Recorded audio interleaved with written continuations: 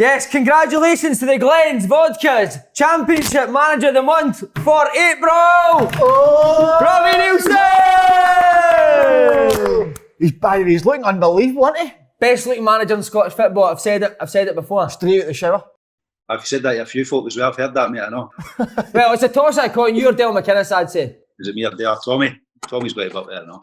Tommy who? Tommy Wright. Tommy Wright, big Tommy, top man Tommy. Nah, he's not making it. By the way, before we start, need a grass on Andy Halliday. What's happening? You know your Strava gear? Is he still running out? Still trying to sell it, folk? Strapped it to a dog. Strapped it to a horse. Well, we thought it was a horse. It might be Lee McCulloch. You've got the same teeth. Oh, what's happening with Jig's teeth? They're not bad, mate. I think he's going to get them finished as soon as he can get back out of Turkey. Are you going to get a pair of them for winning the league? I might, mate. I'm looking for a discount on it, so I might just get the top half done first. By the way, what a manager, Simon. But Robbie, what was your thoughts on signing Andy Halliday? Just glad to get him in, to be honest with you. I like you, aye. Good boy, you know. Knew the league as well, his time at Rangers, which was important for us, and then quite vocal in the dressing room, which was good. You know, when it came in, you want boys that are going to come in and, you know, chuck a wee grenade in now and again, so I've been pleased with him. Have you had a wee argument on it, lad? No? No, yet. No, yet. It's all been good so far. I know, mate. He never shuts up on here, man. I don't think he gets to speak in the house. Maybe no, mate. I don't know. No, mate. His missus. Don't know. He has. Right, what a season for you, mate. What a way to cap it off with Manager of the Month. Delighted? Delighted, aye. So good to go over the line at the end, you know.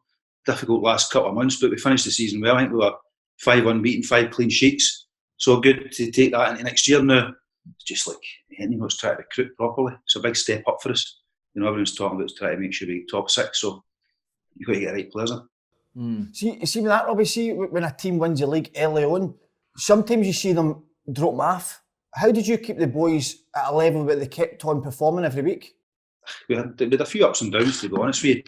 But you're right, Stephen, you know, I think we were at one point we were 12 or 14 points clear, and, you know, sometimes it can be hard to keep that motivation in them, but it's like, you play at Hearts and you win every week. You know, we went a wee period where we lost a couple of games and it's like the end of the world, so it's a case of just getting them back at it again. Like, we had a good squad. We had a squad that was good enough to get promoted, but now it's about making sure it was good enough to get in the top 6 next season. But also a massive boost for you as well, Robbie, was John Souttar coming back. What a player. He's a good player. He is, isn't he? Do you think you could get in the Scotland squad for the Euros? I wish he could. I just think it's a wee bit too late now. He only played 4 games or something, but you saw in the 4 games he played, he's a top player. You know, it was a massive blow for us at the start of the season, to be honest. You know, the plan was when I came in that he'd be the main centre-back and we'd put somebody beside him. First couple of weeks of pre-season, done his Achilles again, that was him out for the season. So we then need to rejig it, get a couple of players in to cover him. But now he's back, we're delighted. It's need to get him fit now for the coming season. Robbie, how good can he be? He can be very good, to be fair, very good, I think. Like I signed John for United 2017, 18, something like that. And back then we thought he would get his move down south. And to be honest, I think he would if he hadn't picked up his injuries. You know, it's three Achilles ruptures in whatever 3 years, so it's been a tough time for him, but we hope that if we can get him back fit, I definitely think he can play down south, that's for sure. And you went to 3 at the back. What was you thinking about that? Just maybe him being out for so long, putting 2 centre-backs next to him? A wee bit, aye, to be fair. That's me with a manager's hat on there. That was good, wasn't it? I like that. Yes. Just, it was one of them, we were stumbling a wee bit, to be fair, you know what I mean? We were playing 4 at the back, wasn't quite happening. We felt getting John back in, didn't want to chuck him in as a double centre-back. Sometimes you can get exposed if you're not quite up to fitness, so brought him in as a 3 and it worked well for him because there's no doubt he's got quality in the ball. We put Michael Smith on the other side of the 3 centre-backs as well, which gave us that quality. So, no, it was good to get him back. The best thing about Souttar is, because you play him on the left and he's right-footed, he never passes the ball to Halliday. I love it, eh? Andy keeps showing for the ball and he just turns on his right and hits a diag to the right winger. Brilliant. And that's the reason he's some player. He realises the players to play with. He knows his players. No, but see, just, you get promoted with Dundee United, that's right, isn't it? Correct, aye. And see with that, people, I think sometimes with clubs like Hearts, your Hibs and stuff, when they go to the Championship, they think it's going to be a walk in the park, but how hard the league actually is it? I'm doing so You're on fire, everybody. How good is he interviewing, Robbie? Question, good question. Both of you are probably playing the Championship. You know, it's some of the games are like so unpredictable. You know, you go up to Arbroath and it's blowing a gale, pitch is poor. It's difficult to break teams down. You know, we played this season in like you know, teams who are camped in after 10 minutes. So you need to break them down. Whereas when you go and play in the Premier League, most of the teams want to try and win the game. So it actually makes it a better game, and at times it's an easier game to win as well. So start of the season, everyone was talking about, you know, we will go through the whole season undefeated and we'll win every game, do this and do that. And I knew it's not going to happen. You know, there's games where it's going to be difficult. There's games where it's going to be playing against good teams. And also, when you're in the Championship, as Hearts, every time somebody plays against you, it's a cup final. So they're up, you know, they're running 25% more. You go and watch them the week before and you're like, you know, the game's open. You know, boys are like, try to pass the ball out and do this, and they come play against us. They camp in and bang it. It's a different kind of game. So glad to get it done. You know, hopefully I'm not back in the Championship for a long time. And also know hitting the fans. It's all detrimental use, but also it helps the other team, doesn't it? When they're at Tynecastle and there's no fans on their back, maybe that bit more relaxed when they're coming to play as well. It's true. You know, like, I don't know if you've played at Tynecastle, but when you come as an away team, horrible, disgusting. If you're under pressure for the first 5-10 minutes, the whole place is on top of you, and a lot of teams just crumble. You know, we played MOTM this season with 3 or 4 shots on goal within about 5 minutes, and generally at Tynecastle, the place would be absolutely rocking. They'd go under, you go and win the game, but the game dies, it becomes flat, and then you need to build it up again. So it's made a massive difference not having the fans in, that's for sure. See, before the season, Robbie, right, everybody was saying Hearts had almost already won the league. It was us that was saying it. Us two were the main culprits for that. How did you have to sort of keep the players in check? Grounded, yeah, well done, Simon. How did you have to keep the players in check to let them know that, this isn't going to be easy? I spoke to them all the time about it, you know, like, the start of the season, you come in, you say, look, the expectations are to win every single game. You need to go and do it. You know, we showed them, to be honest, we put a video together and showed pictures of, you know, Queen of the South away, Broth away, what the stadium was like, what the pitch was like, what the games were like at times. So right at the start of the season, the boys are going, look, this is going to be difficult. You know, Tynecastle takes care of itself. You go there, stadium's brilliant, pitch is brilliant, you should be winning the games there. You go to these other grounds, you need to grind it out. And right for the first whistle, we spoke about that. Mate, did that frustrate you though, with the way some fans and press would say that Hearts should be winning this league before it started? Not really, to be honest with you. Same with Dundee United last year. You know, at the start of the season, they're like, they'll win the league. You go, it's easy to say it, you have to go and do it. There's been a lot of teams that have come down, you know, look at Rangers, took them 2 years to get out. Although they came up, it was 2 years to get out of the league. Hibs, 3 years. Dundee United, 4 years to get out. You know, other teams, Dunfermline have been down for, 4 or 5 years. Partick went down again. All these teams, when they came into the Premier, into the Championship, were the favourites to go up. And it's tough to get out. Not only Andy Halliday that's on the podcast, also another Hearts legend. The dinner ladies at Tynecastle still scared of Kevin Kyle? Oh, big Kev. I don't think I've played with Kev. I think under 21s, maybe years and years ago. He was hopeless, wasn't he? He's a local legend up at Tynecastle, that's for sure. Is he a legend up there, mate? Aye. Yeah, a legend, sorry, did I say legend? He delivered you DPD this year, didn't he? He did, mate. A big man came in, I had a chat with him. So he's talking about his coaching and stuff like that. It was good to see him. Oh, was he trying to weasel his way into the coaching stuff? No, he's just talking about what he wants to do. He wants to try and get into it a wee bit. Said he'd have enough of you too. Are you going to, Robbie, bring him in? No. Would you bring this man in? Jig actually asked if he could come in and speak to the boys to me. I don't know if he's went behind your back with it. He did actually speak about it, but he says that you're too expensive to come in, am I right? Aye, listen, it's a big fee to get me in. But listen, I would love to come in at the pre-season. Either take it or date with the boys. What? Take pre-season? Take part in it. Would you let him? No chance. Have you been watching Andy on the podcast? Be honest now. No, I've not, to be honest with you boys, no. No, Jig watches it and gives me feedback on it. And does he cane him? He does, to be fair, he does. He gets bullied now and again on it, am I right? He's bullied him a few times. Oh, he's petrified him yet. So, Robbie, we're going to go, when you went back to Hearts, did it feel like you had never been away? To be fair, I was away, I don't know, when I leave 2016, came back 2020, so 4 years, so the squad's changed, a lot of the boys were away. You know, I don't think, it was only, off the top of my head, maybe 2 or 3 boys still there for the previous time, because there was so much upheaval in the squad, moving around, so no, it was good to get back. You know, one of the big things about being at Hearts is the fans and the intensity of the stadium. We've not had that this year, so I'm looking forward to getting that back next year. Talking about Jig, when we interviewed him, he says that you're one of the best managers in the country. What about him as an assistant? Where does he rank? Hopeless. He's got to say that, hasn't he? He's got to say that. How's Jig? Jig's brilliant. He's great. He's good. He's been up on doing a whiskey tour the last couple of days, so I've been getting a few WhatsApps from him. I seen that was with Davy Beer, wasn't it? With Davy, he was up there with Davy. Do you just get him to put the cones out and you do the rest? No, I've got him. I've got Jig and Gordy Forrest. I don't know if you know wee Gordy. So Gordy was over at Vancouver, assistant manager. He's top as well. So the two of them have been really good. It's been a difficult year for us all because one of the main things about as a coaching staff, you like to interact with the players. But this season, boys come in at 10:30, train, and then disappear because they're not allowed to come into the building. So you don't really get a lot of rapport with them. So it's been tough for us all. But hopefully next year we'll get a bit better. You like the music though, don't you? Brilliant, absolutely brilliant. But Robbie, what I want to know, and this maybe for younger managers, would you ever take a job without taking your own staff in with you? See, to be honest, it's one of them where needs must. You want to bring in, if you could, you'd bring in your assistants, you'd bring in a fitness coach, you'd bring in an analyst, but it depends what level you're going to. If it depends how your stock is. If your stock's really high, the chairman's going to go, bring in as many as you want. If your stock's maybe not quite as high, you might just be getting yourself in and then just working for there. When I went into Dundee United, I just went in myself, and stayed, just worked with the staff for the first probably 3 months, 4 months. Then I brought in Gordon Forrest. Things were going well. Then I brought in Jig.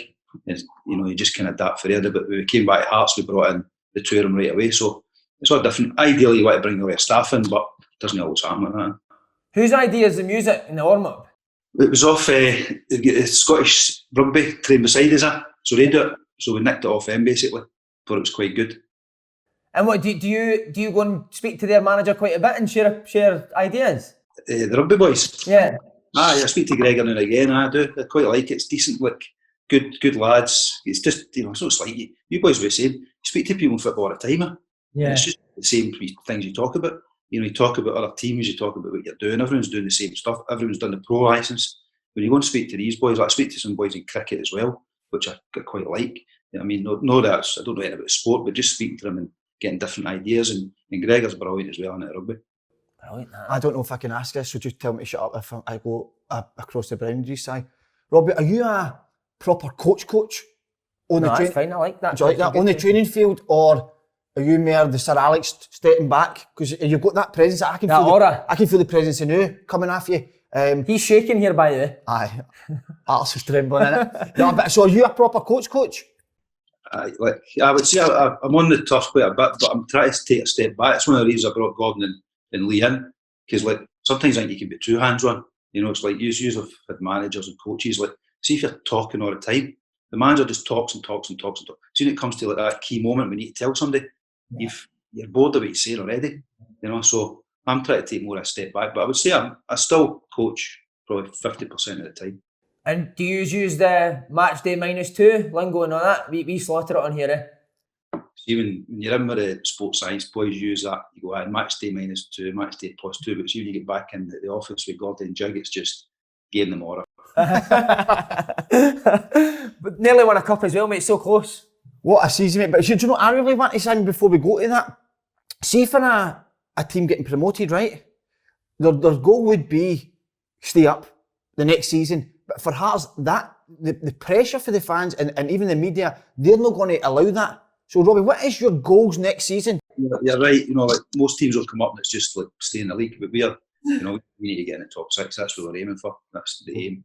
If we can get higher than that, then great. The ultimate aim for us is eventually get Europe, and then progress from there. So, but the first stop will be top 6. And look, we've got a good squad. If we get Andy fit and the rest of the boys keep Soapy fit, we've got a good enough squad if we add a few more key players into that. See if you get in Europe though, Andy's got to go. That's too much for him, innit? Europe's too much. You'll not deal with all that. Andy wouldn't be able to do this probably because he'd be away European trips. So exactly. Best for everyone. So close to winning the cup as well, mate. What I liked about you is did you change it at half time? We did, we did change it at half time. We knew with a couple of players that didn't have 90 minutes in them. So we had Gianelli, who the plan was to sit in, counter attack on Celtic, but we didn't have Gianelli, we didn't have a pace in the team that we needed. So we knew if we could get to 60 minutes, 50, 60 minutes and then change it, So we changed it around about that time. We ended up bringing him on, brought a couple of wingers on to give us some pace, and almost worked. Did you think, was there a stage in that game where you think we've got them, we're going to do it here?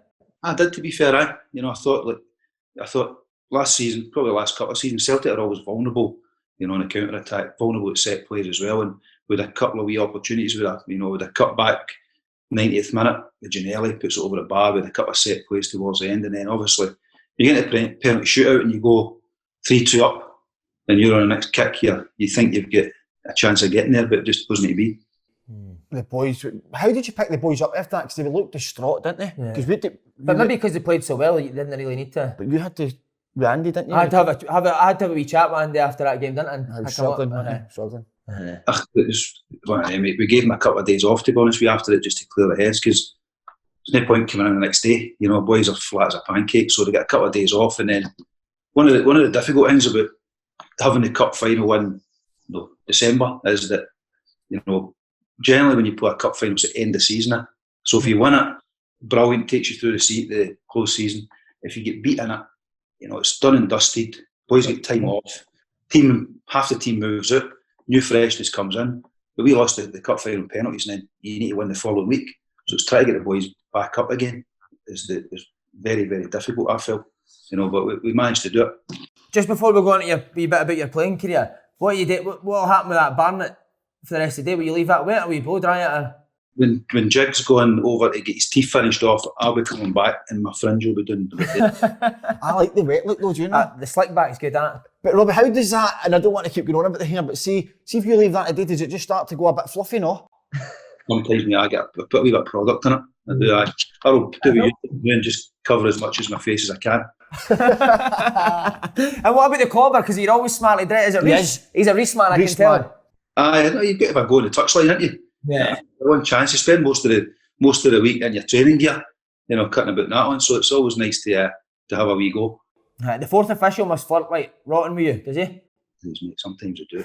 Robbie, is there any managers you've came up against and you've gone, wow, his clobber's horrendous? Dick Campbell? Dick Campbell. No, Dick, the top boy, I loved Dick. He's a legend. What I will say is that Jig will probably tell you about it. We'll have a wee look at the other coaching staff boots, and that gives you a wee insight. See a wee pair of Kaiser 5s. Good enough, not good enough. Brilliant. Winning the cup as a player, highlight of your career with Hearts? Probably, I would say. It's like you want to win cups. You want to get hammed in front of the crowds and lift it. So that was good. Good. European football was good. International football. So a few highlights. That was a good Hearts team. You remember that team? Unbelievable. See that game sign? It's just come back to my memory now. Was that a penalty shootout? It was, mate. You're right. Did you hit one, Robbie? No. I had the second one. Wow. Big boys, that, innit? Zico Hartley got sent off, didn't he? We get sent off in extra time, last minute extra time, man. So wasn't there? He was the main penalty kick taker, so he couldn't take them. The rest of us had to step up. Was it that semi that he scored the hat trick? He was unbelievable. It was. Is he still talking about it, wee man? Oh, mate, see, Dundee, that's all you used to hit free kicks at shape and that, eh? I done this against Hibs, but mate, his technique was frightening, wasn't it? Good player. He's a couple of years when he was at Hearts, he was different class, honestly, him and Rudy. Was he the best player in that team, or was it Scatchell? To be fair, there was a few, mate. Takis Fisis had just won the European Championships with Greece. We had Gareth had won the Champions League with Porto. So there was a few no bad players, mate. So when you played the five-a-sides, it was heated. Let's just say that. Was it? What would it be like? Scottish versus the foreign boys? Just honestly, team full of winners. You had obviously Craig Gordon in goals. We had Stephen Pressley centre half, Andy Webster centre half. We had Takis Fisis. Julian Brelia, I don't know if you remember him. But yeah, I do, French boy, signed him for Inter Milan. Yeah. The Lithuanian boys, so Michaelinas, we had Sisnauskis, we had Bednar as well, who gets sold down to West Brom, played Premier League, so it was top team, to be fair. Would Elvis still call himself Daddy? He was in here a while ago, he came in the garden last week, the big man, for a chat.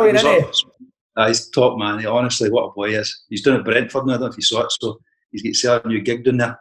Oh, but mate, everyone thinks Presley's pure doing that. Is he wild? No, wild, but so much personality. Did he ever read you that poem? And then you are a man, my son. He's not read it to me, but he has. I do know he's got a picture of it up in his house. Oh, has he in his house?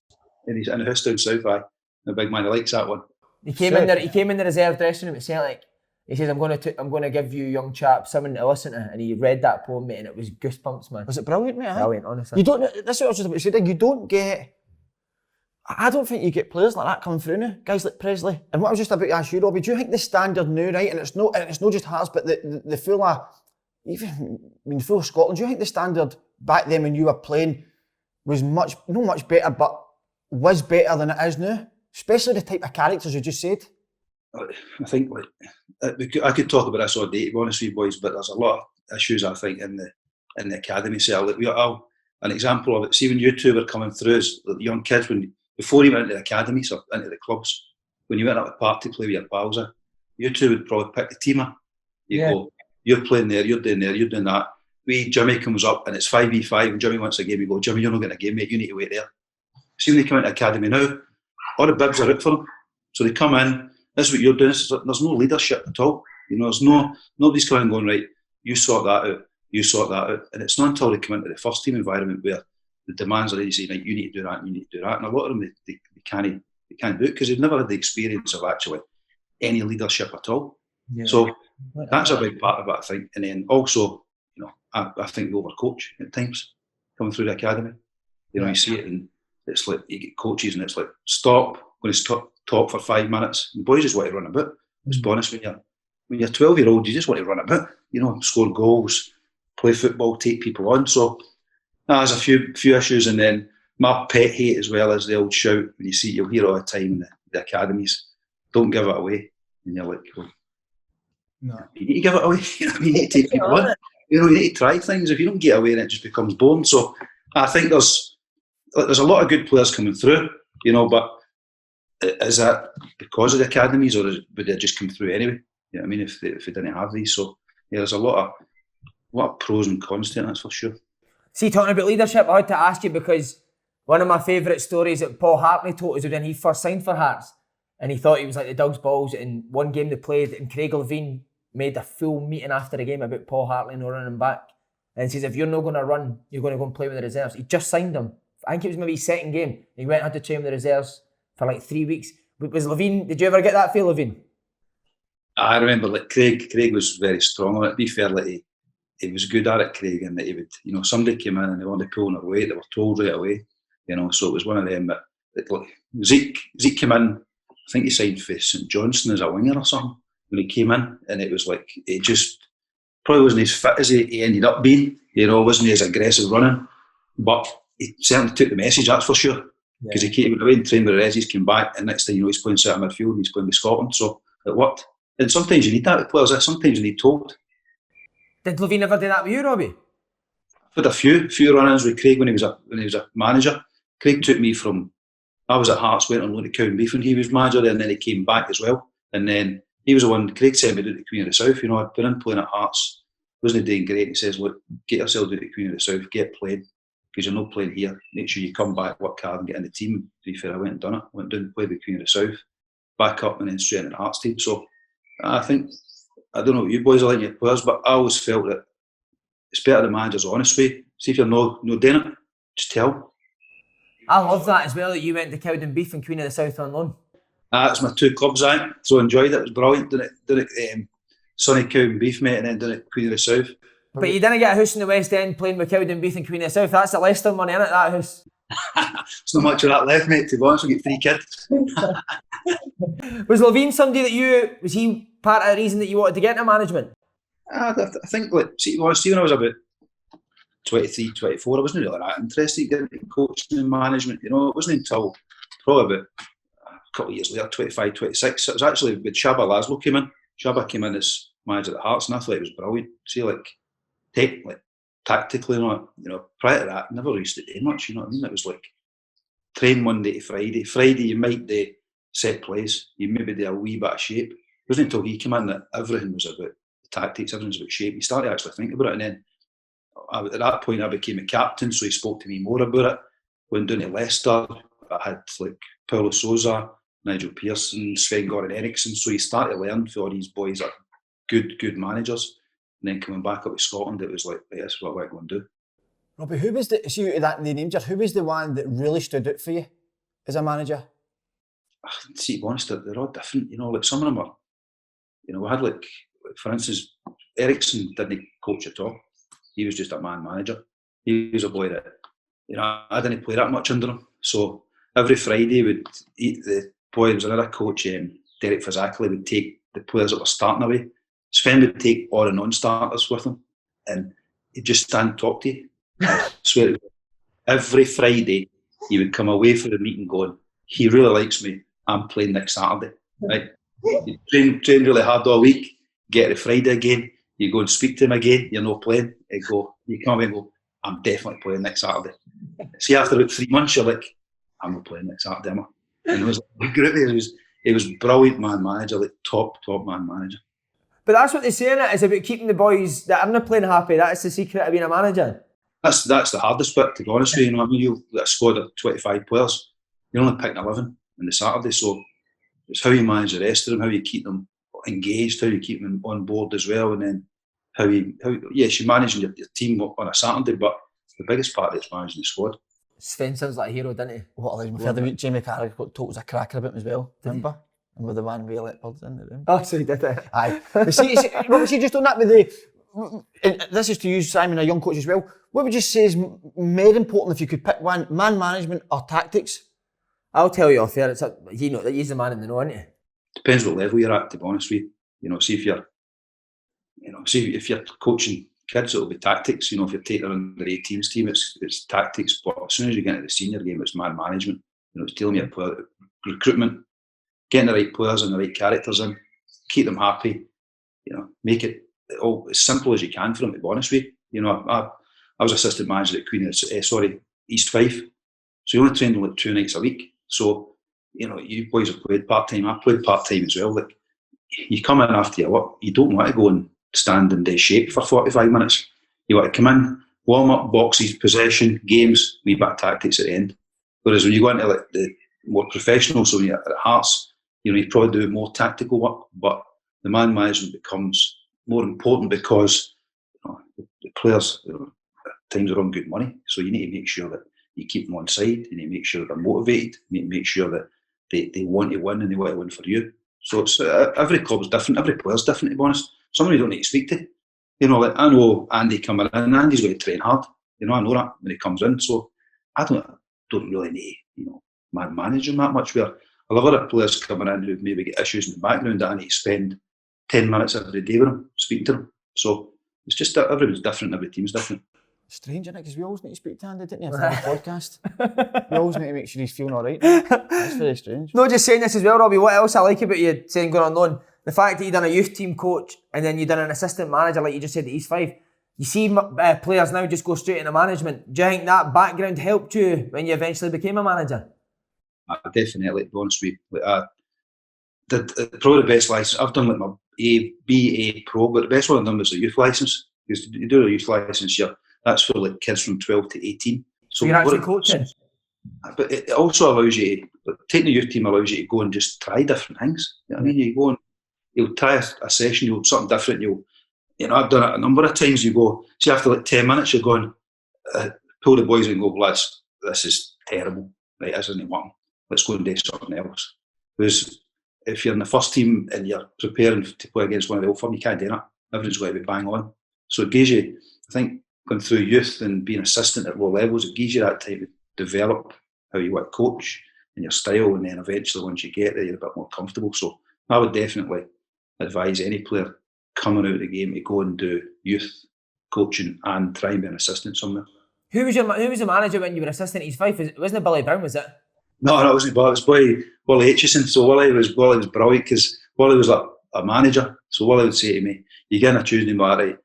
You deal with the team. You're going to take the training. You go and do that, and then I'll deal with the players, and I'll deal with talk to them." And so it allowed me to go. And at that point, I was like, "I'd be then 31, maybe something like that, 32, and you're taking first team training, you know, and going straight into it, and you get a game on the Saturday, and a touchline on the Saturday. So it was a brilliant experience." That's what I'm doing just now. 33, taking the first training. Jim just says, just you go ahead. And so, did you play as well at 31? Did you play and take the training? I was a wee bit. I only played like 4 games or something. My last game was down at Stranraer, so I went down there and my knee was shot to pot, so I was hardly trained. I was playing a Saturday, and I'm doing it at Stranraer, and there's like a wall at Stranraer, next to the stand, and there's this old like farmer guy, man. I swear to God, he's like must have been about 80, and he's just following me up and down the side, battering the life out of me, just battering me, and I'm like, what am I doing? That's not for me anyway. I've had enough. That's me. I'm just going coach now. That was the final straw. I was doing it at Stranraer. That was Kev Kyle's dad, wasn't it? He's fed in there, isn't he? Mate, was you want to get a job, didn't you? Robbie, would you take him in? No, he just says no to everyone. No, Robbie, seriously, before this started, he was like to me, mate, try talk me up when this goes. Can I just say something? Because I like when you ask a question and going back and absolutely killing you, right? But when you growing up, Si, Tommy Burns was one of your inspirations for life. Robbie, did you have anybody coming through the youth that you had a coach that you almost made you the person you are now? First of all, Bobby told me at national team, and top guy, mate, honestly. Bro, he's like, see when you get in as like first time you get in the national team, you're like so nervous when you go in. Like you're like, seeing all these boys, your first time in, first training session, and it's like 200 mile an hour. And like Tommy used to play, probably did the boxes and the wee games with you. Brilliant. Like I always remember it. He said something along the lines. It was like, I'd give the ball away, and he said, "Don't worry about it, son.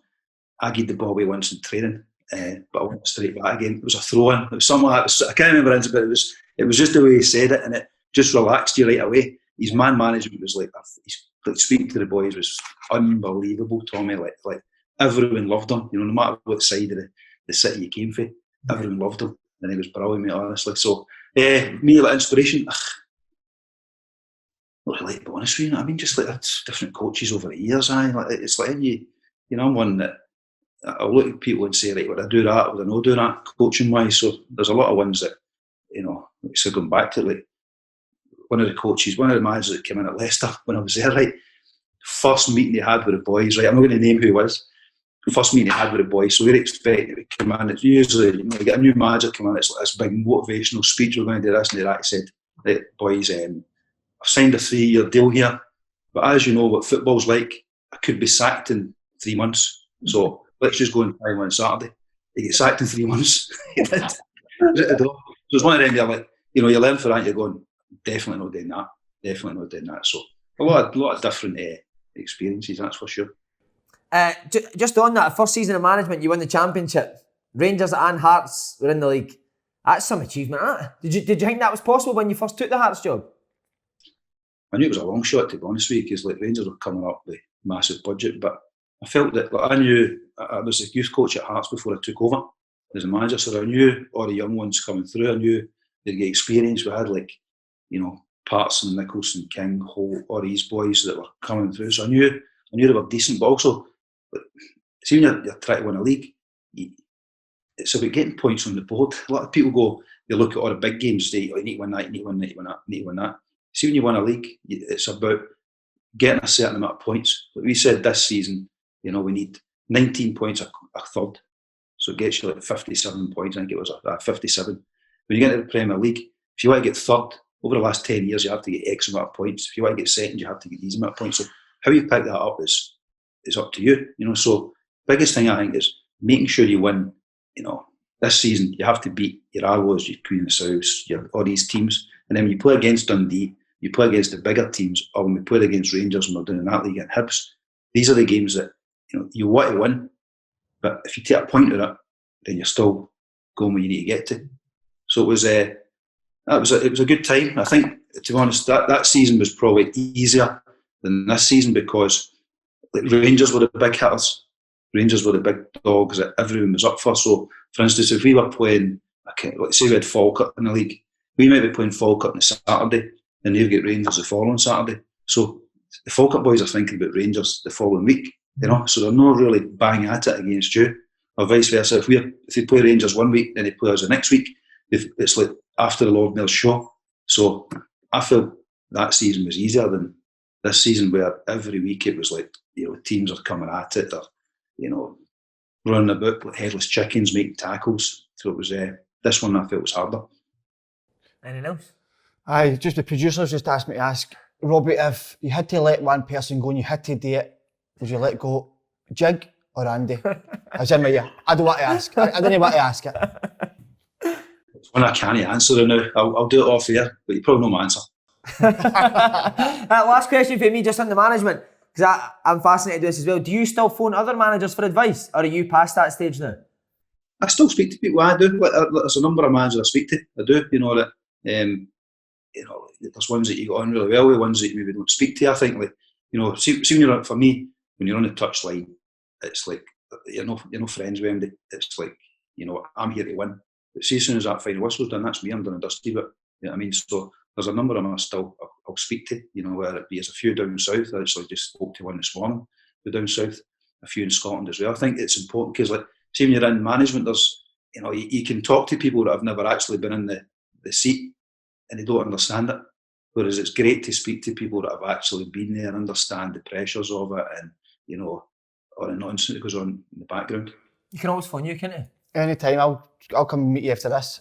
Robbie, we love to ask every single one of us, what is your fantasy five-a-side team, retired players, 1 goalkeeper and 4 outfield?